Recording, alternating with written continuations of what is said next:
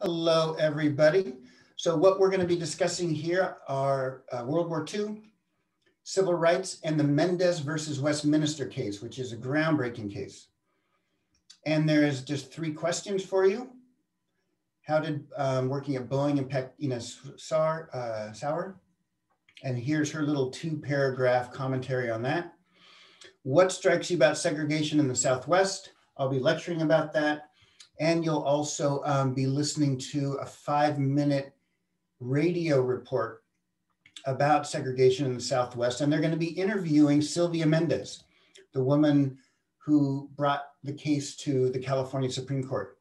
And right below here, here's where you listen to the 5-minute little report.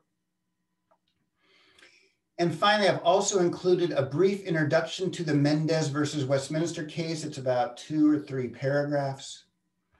So there's your sources for the questions. And hopefully this is a rather new format. Hopefully this format for you is easier to follow. I wasn't sharing my screen, huh? Oh, you all have to tell me. All right, here's the image for all the words I was saying. Here's the 3 questions, and here's the 4 sources for the section we'll be dealing with today.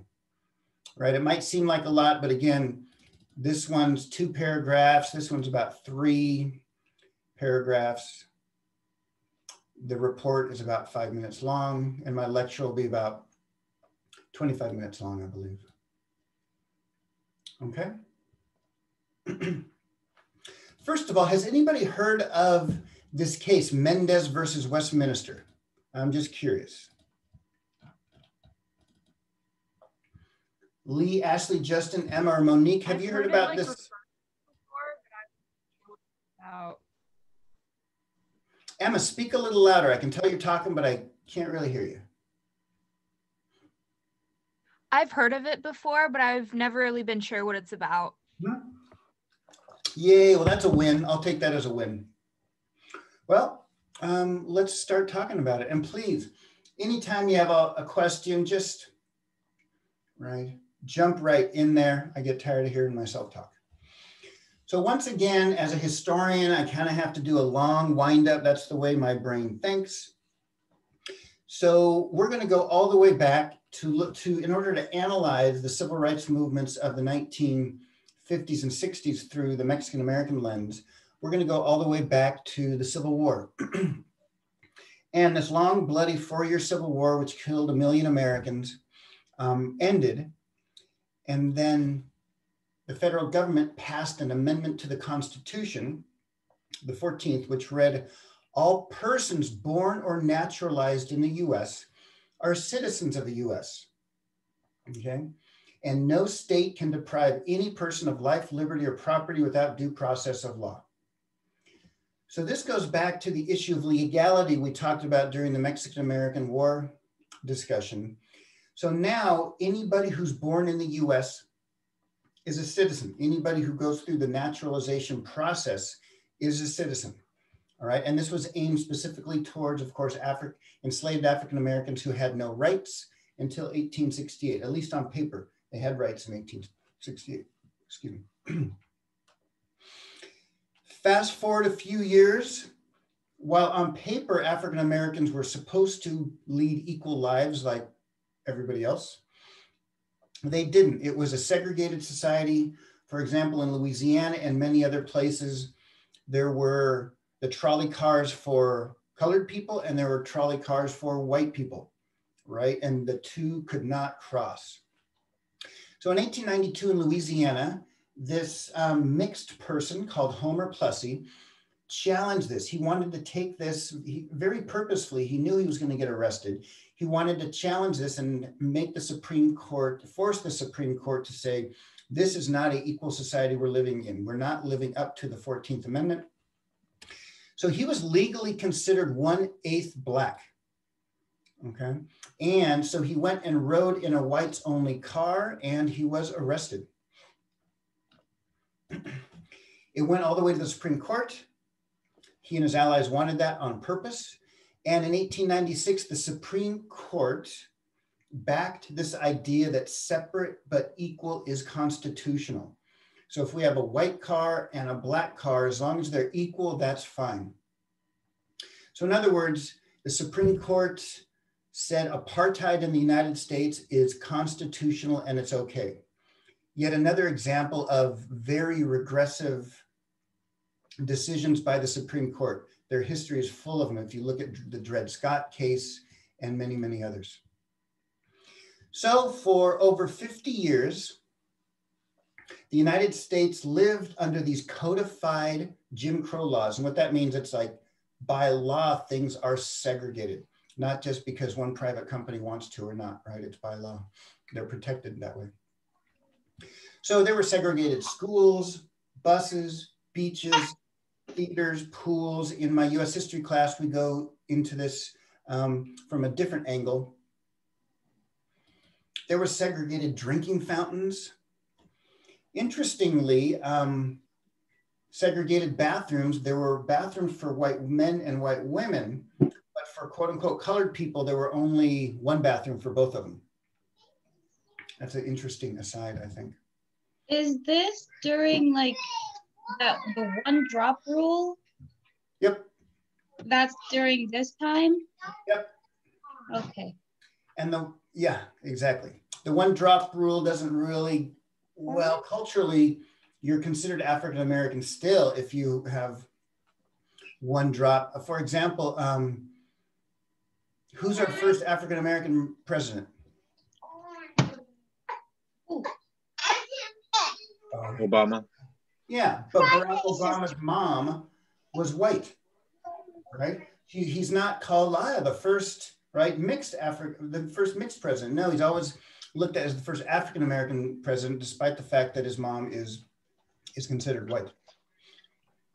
So these segregated laws, right, touched every part of American society.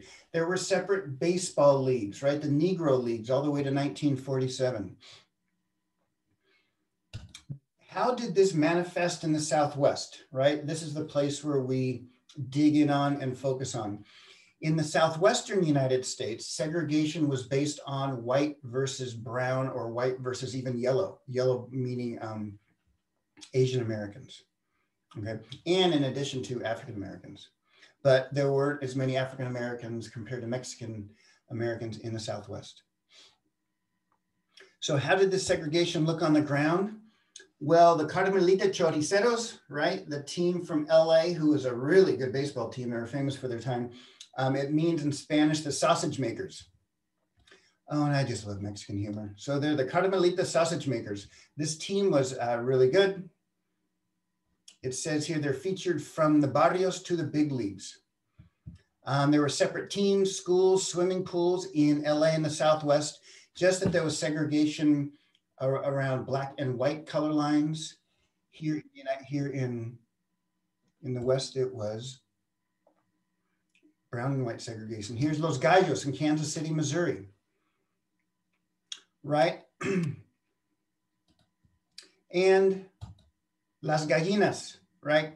What does gallos mean in Spanish? Does anybody know? Pico de gallo, gallo. Cock-a-doodle-doo. A rooster, right? So these are the roosters and these are the hens, Las Gallinas. I just love the humor. So keeping on the baseball theme, because we are about to watch the World Series, if you're into that sort of thing tonight. Ted Williams, has anybody heard of Ted Williams and his successes in baseball? Justin, give us a little primer about Ted Williams. Isn't he the guy who has, he was had the 300 or something, like he batted 300 and I don't think anyone else, 400, sorry. 400. No one else has done it since. And he's the only one who's actually had that. Yeah, he's the only professional baseball player in the white leagues, mind you, that batted 400. In other words, he's one of the top hitters in baseball history, right? He was a Mexican American. His mother was Mexican and his dad was American, right? So his name is Ted Vensor Williams. It would actually be Ted Williams Vensor. I should mix those around. But he did not use his Latino name in his official byline because he knew it was a racist world he lived in, and he wanted to play baseball, right, and not be hindered by the institutional racism. So the Boston Red Sox, who at the time had the most notoriously racist owner, Tom Yaki, drafted Ted Williams. Ted Williams was born in San Diego, California. And when he got drafted in San Diego, California, on his way to camp, there was going to be a big party, right? All his Mexican side of the family got together, and they had this big old piñata party at the train station ready to go. And he's like, oh, heck no. So he skirted the party, went back door, and got into the train without anybody seeing him because he didn't want the fanfare of the media following him and finding out he was Mexican American. As he said later on in life, oh, here's an image of his mom, May Vensor, and his dad was named Sam Williams. Ted Williams said this later on in life. He said, if I had my mother's name, there is no doubt I would have run into problems in those days, considering the prejudices people had in Southern California. Okay, this is before the war. And please stop me if y'all have any questions. So this is before the war. By the way, Ted Williams served in World War II and in Korea, in addition to hitting 400. So, boom, World War II starts. December 7th, the day that'll live in infamy. Japan attacks Pearl Harbor in Hawaii, 1941. And when we met last time, what big event had happened? What happened to many millions of Mexican Americans in the Southwest last time we met? Y'all remember? Mass deportation. Yeah, mass deportation. Uh-oh, we lost somebody. Emma, Monique, Justin. Oh, Ashley, I understand. So we're going from, the United States went from mass deportation of quote unquote Mexicans, as you know, many of them were Mexican Americans, to wanting to have an alliance with Mexico and the Mexican American population within our country, right? These are one of those World War II propaganda posters, which I love to use in class because they're so telling. It reads, Americans all, let's fight for victory. And then in Spanish, Americanos todos, luchamos por la victoria. Right, so on purpose, this propaganda is not only reaching out to our neighbor to the south, Mexico, but to other Mexicans in the United States. And boom, we had 16 million Americans participate in the US military in one way or another. 500,000 Mexican Americans participated, including this woman, Carmen Contreras Bosac. And the men were off to war. And as you know from other examples, when the men are off to war, the trains still need to be run, the machinery still needs to be built. So women and minorities are hired into these high-paying jobs previously, right, for mostly white males only. So now you have Rosa the Riveter instead of Rosie the Riveter. And where were many of these jobs taking place? Well, there was a big boom in infrastructure investment, like Boeing, Lockheed, Martin, and a lot of aviation and other factories just exploded on the West Coast, right? Boeing is centered in Seattle, Lockheed Martin in LA, big naval base in San Diego. So one historian says it was like the United States tilted and 2 million people moved west. 2 of those people were my grandma and grandpa. My grandma and grandpa migrated from Chicago, Illinois to California, right? Because they were both in the Navy. My grandma was a Navy nurse and my grandpa was in the Navy. And they moved to LA, which was a boom town, right? LA 1941 to 45 of a boom town. You all are going to be exploring in the film Zoot Suit Riots, right? These horribly violent riots that took place at the beginning of World War II in the streets of downtown LA, right? Right near Dodger Stadium today. And LA just exploded, right? Largely because of a naval base, industry, and also Hollywood, right? Here's the big boom town of LA. And during this economic boom, I mean, the saying goes that one of these big bombers was flying off the assembly line every minute. I have a hard time imagining that, but that's what they said. That's how efficient the factory technology was at the time. Here's a little aside. Oh, dang it. Let me get rid of this Ashley. I don't know how well you can see this image, but do you see how this is supposed to look like just an everyday suburban town? In reality, underneath this camouflage are factories, right? This is an industrial factory in Long Beach, California, producing airplanes and warships. Here's another view of it. Here it is back here. Why would we camouflage these factories in LA?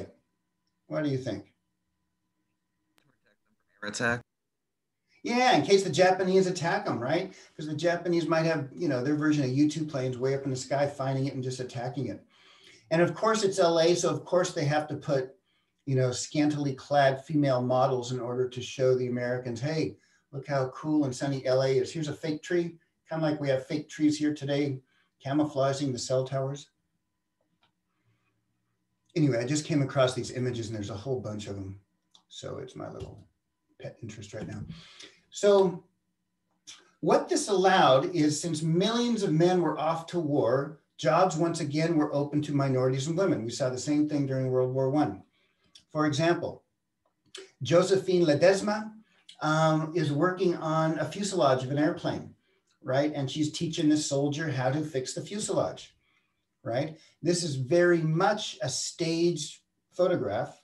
However, it does point to the fact that many, many women were working, building airplanes and other military materials. For example, you're going to read about Inez Sauer, a woman who worked at the Boeing Airlines tool machinist shop.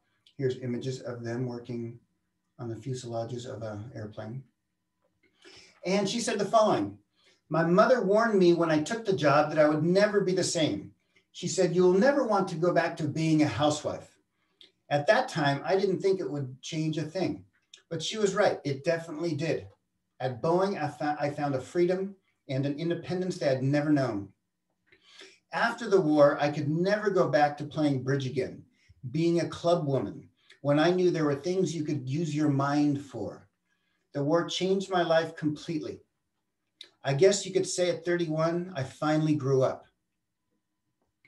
Isn't that interesting, right? Just being empowered by getting a good job and getting a dignity and kind of challenging those gender bender rules. What strikes you about that, Emma or Monique or Ashley? I'm going to pick on the three women in our group.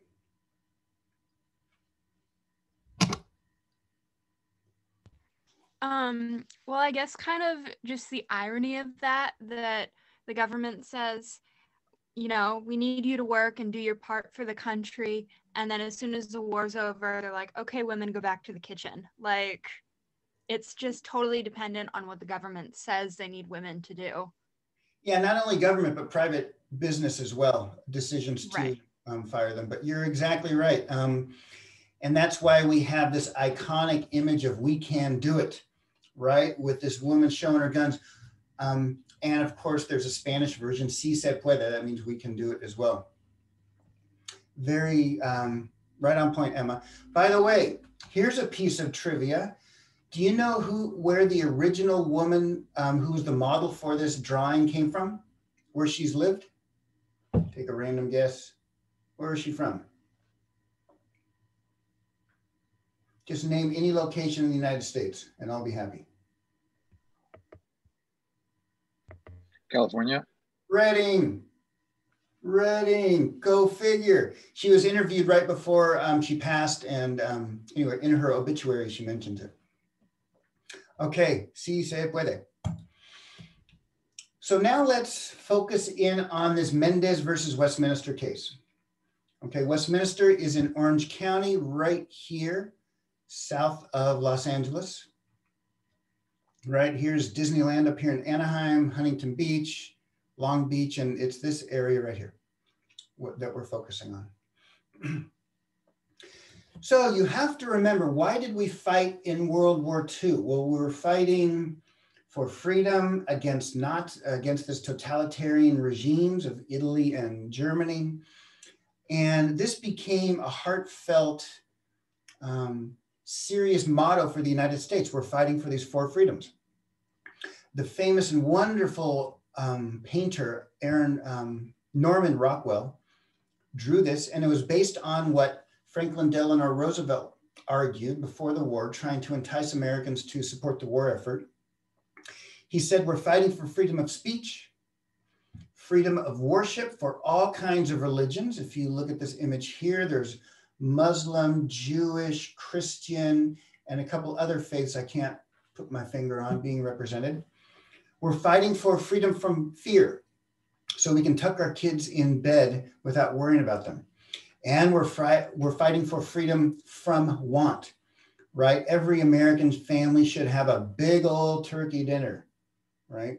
It's pretty radical when you think of, when you really think about those things.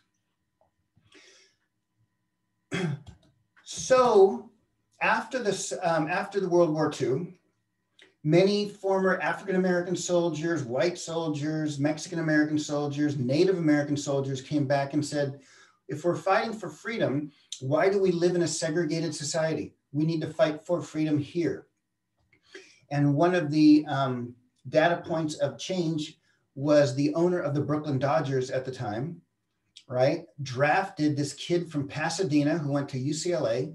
He was a track star, a basketball star, a baseball star, named Jackie Robinson, right? So independently, this big private company of the Brooklyn Dodgers, they're starting to desegregate, right? Has anybody seen the film 42 about Jackie Robinson? Powerful film. They even kind of had to like calm it down a bit because what really happened to Jackie Robinson was a lot tougher than the film portrays. The second major institution to be legally desegregated at this time was the military. So President Harry Truman, this guy from Missouri, said, you know what, I can't desegregate the military through congressional law because it wouldn't pass Congress. There was still majority of racist whites running Congress. So what did the president do? He issued an executive order desegregating the military in 1848. So the war in Korea was actually the first war Americans fought in with desegregated units since the Revolutionary War. During the American Revolutionary War against Britain, we had blacks and whites fighting together. There was 5,000 blacks who participated. So do you see the headlines? President Truman wipes out segregation in armed forces.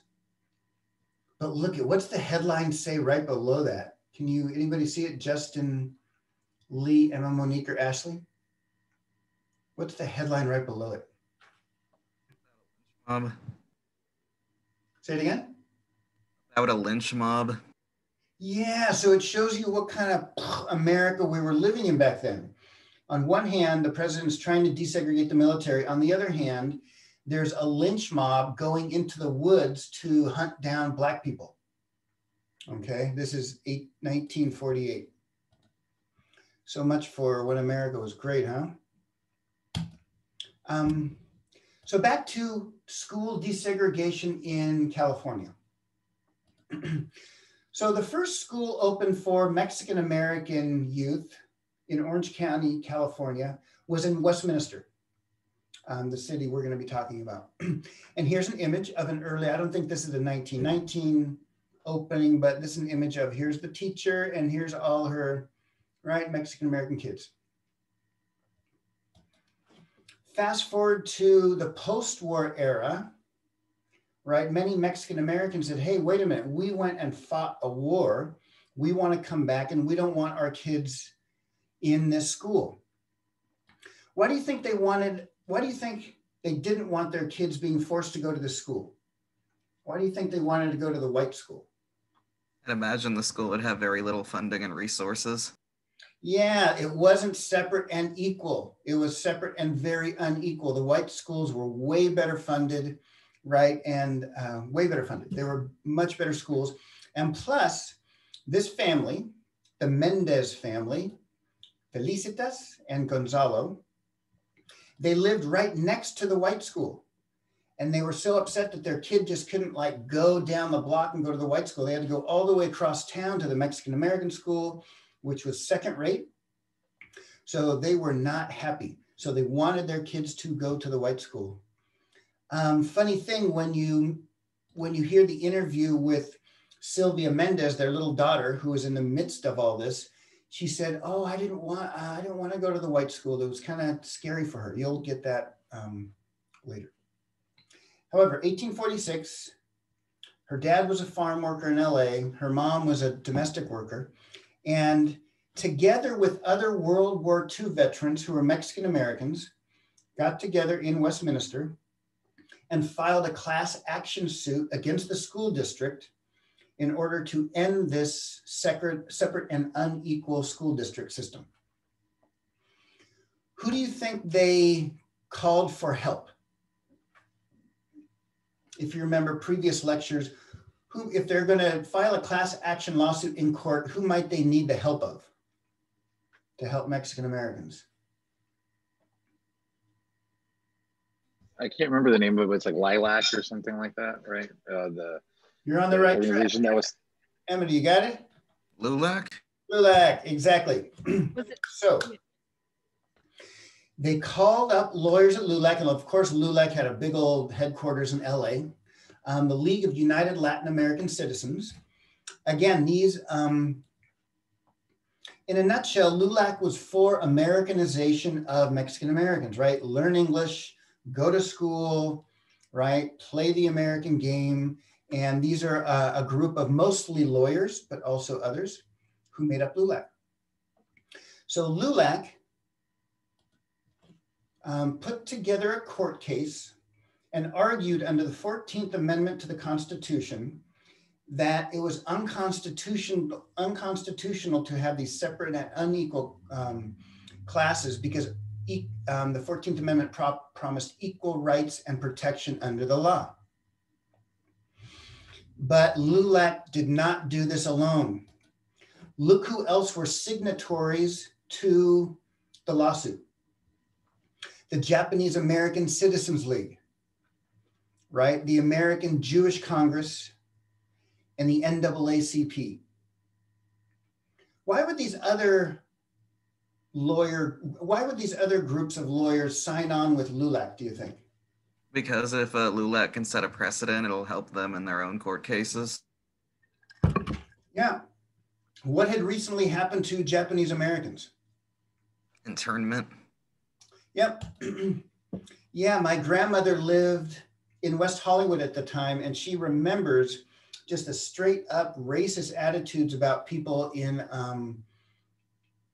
California. Right? This is a sign from Hollywood, California. Japs keep moving. This is a white man's neighborhood.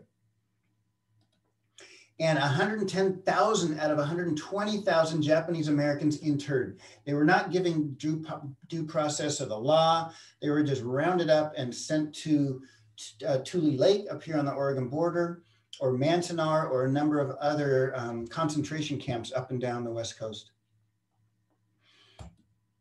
All right, I know it's a fuzzy picture, but does anybody know who this guy who's representing the NAACP is? Who's like the NAACP's most prominent lawyer in the mid 20th century? He goes on to be a Supreme Court judge. Who's that guy? He argued successfully Brown versus Board of Education. Thurgood Marshall? Yeah, this is Thurgood Marshall. Before he was a Supreme Court judge, attending a LULAC fundraiser. This is a raffle in order to pay for the court costs, right? How do you, man, lawyers are expensive, trials are expensive, so here they are having a raffle. So yay, Thurgood. So during the trial, Mrs. Mendez told the jury that, hey, we always tell our children they are Americans. We should be able to send our kids to any school we want. right? Here's another Mexican-American school in Glendale, California, Hoover School. And interestingly, my mom, a couple decades later, went to the same school. So how do you think the California Supreme Court ruled in this case, Mendez versus Westminster?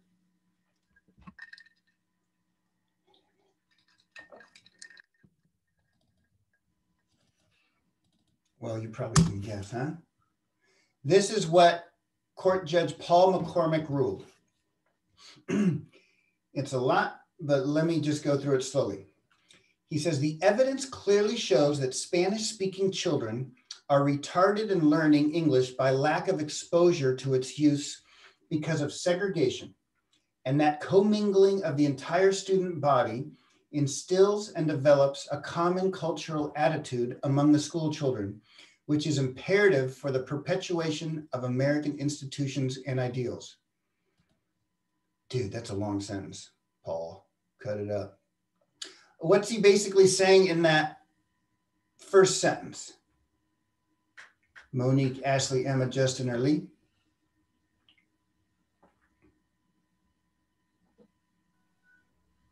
Is it just saying that they don't learn English because they aren't exposed to it like every day at home? Yeah, because of, do you all agree? Somebody else was reaching too. Justin? No, that's what I was going to say, actually, was the exact same thing. Like Yeah, that, saying, because they aren't exposed to it, then their development is going to be slower. I mean, retarded. He uses the word retarded, which is kind of weird, but yeah, right. not developed as quickly anymore. It's not helping, it's hurting using that word. Well, I mean, the definition of the word just means like slow development. Because I mean, they use it a lot in medical still, like a lot of like medical terms that you use a lot where it kind of comes in, but it's just unusual to hear it today, you know? Yeah, right. Not so in 1946. So you're right, Ashley and Justin. He's saying the reason why these Spanish-speaking kids aren't learning English is because we segregate them in different schools. So what should we do? We should co-mingle them, right? And the last sentence, it is also established that the methods of segregation prevalent in the school districts foster antagonisms in the children and suggest inferiority among them where none exists. That's a great sentence, right? It's creating in the children a sense of like, I'm better than you, but in reality, that's just a total artificial creation created by institutional racism. And he finally says the paramount requisite in the American system of public education is social equality. Dang, Paul. So because of this ruling, California Governor Earl Warren kind of makes up for his atrocious behavior a few years earlier. Our California Governor Earl Warren was one of the architects of the Japanese internment camps. He's one of the architects. Something happened in his mind. I don't know much about his biography. I should. But after the internment camp fiasco, he goes on to be one of the leading, actors in progressive legislation. For example, it was his Supreme Court. He was the Chief Justice of the Supreme Court during Brown versus Board of Education. And he was able to make sure it was a 9-0 decision in Brown versus Board of Education. But before that, in 1947, California ended segregation for Native American kids, Asian American kids, and Mexican American kids. So in 1947 in California, this is a California law because remember, schools are run by states. The federal government can step in if they choose, but they haven't yet. In 1947, California ends this separate but equal of Plessy. And it was a big deal. And here's the Orange County Daily. And it has it right here. Segregation of school children ruled unconstitutional. And this was big time a precedent for 7-8 years later the federal Supreme Court decided against Brown versus Board of Education, thereby desegregating schools throughout the United States. Okay. And in 2007, a commemorative stamp came out celebrating Mendez versus Westminster, 1947. Toward equality in our school, it reads. And if you want to know the young woman, right, oftentimes during these mid-20th century segregation cases, children are right in the middle of it. They're the ones whose bodies are being either protected or not by whatever authorities are being harassed. So here is Sylvia Mendez today. So Sylvia Mendez was the daughter of the Mendez parents. And she has really interesting takes on her experience and what she remembers about her experience during this time. You will be listening to a 5-minute interview with her called Mendez versus Westminster, and it's in the, it's in there. Questions or comments? What strikes you about this? Ashley, Monique, Emma, Justin, or Lee? Or if you have any questions too.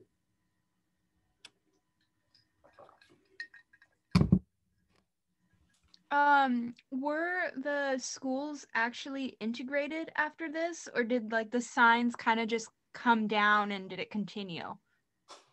It happened slowly. It didn't happen as violently as the pushback against desegregation in the South, like in Little Rock, Arkansas, and like much of the South.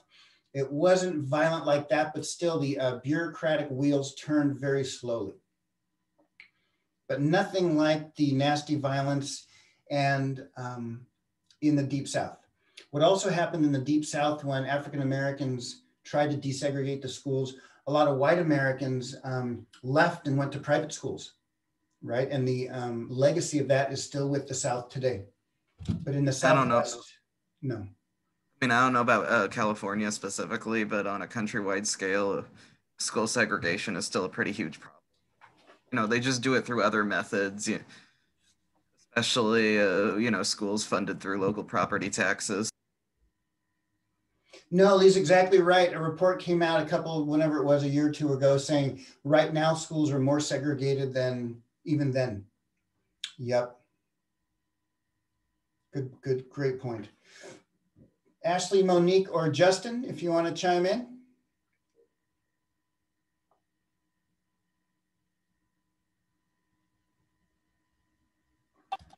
I mean,